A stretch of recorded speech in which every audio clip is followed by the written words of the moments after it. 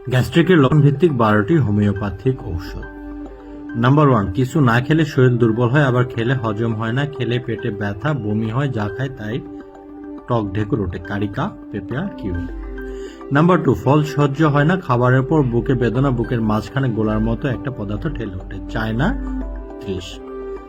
Number 3, কখনো কোষ্ঠবদ্ধ, কখনো ওদরাময়, পেট ফুলে দুর্গন্ধ বা টক ঢেকুর ওঠে, বুক জ্বালা, আমাশয়, গ্যাস্ট্রিস কিউ। নাম্বার 4, পুরাতন অজীর্ণ, খাদ্য সহজে হজম হয় না, তরল পানি ছাড়া অন্য খাবারে পেটে বেদনা হয়, লাইকোপোডিয়াম 30।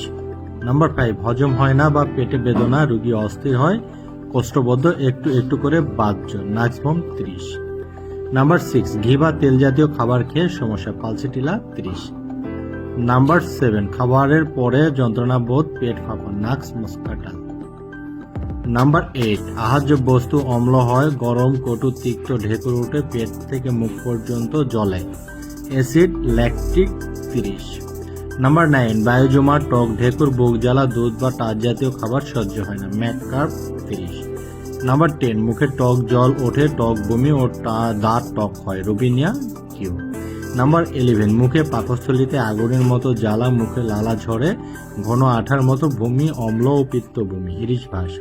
নাম্বার 12, টক উৎকার, টক বমি, টক স্বাদ, পেট ফোলা, টক গন্ধ সহ্য হয় না, ন্যাট্রাম্পাস 30।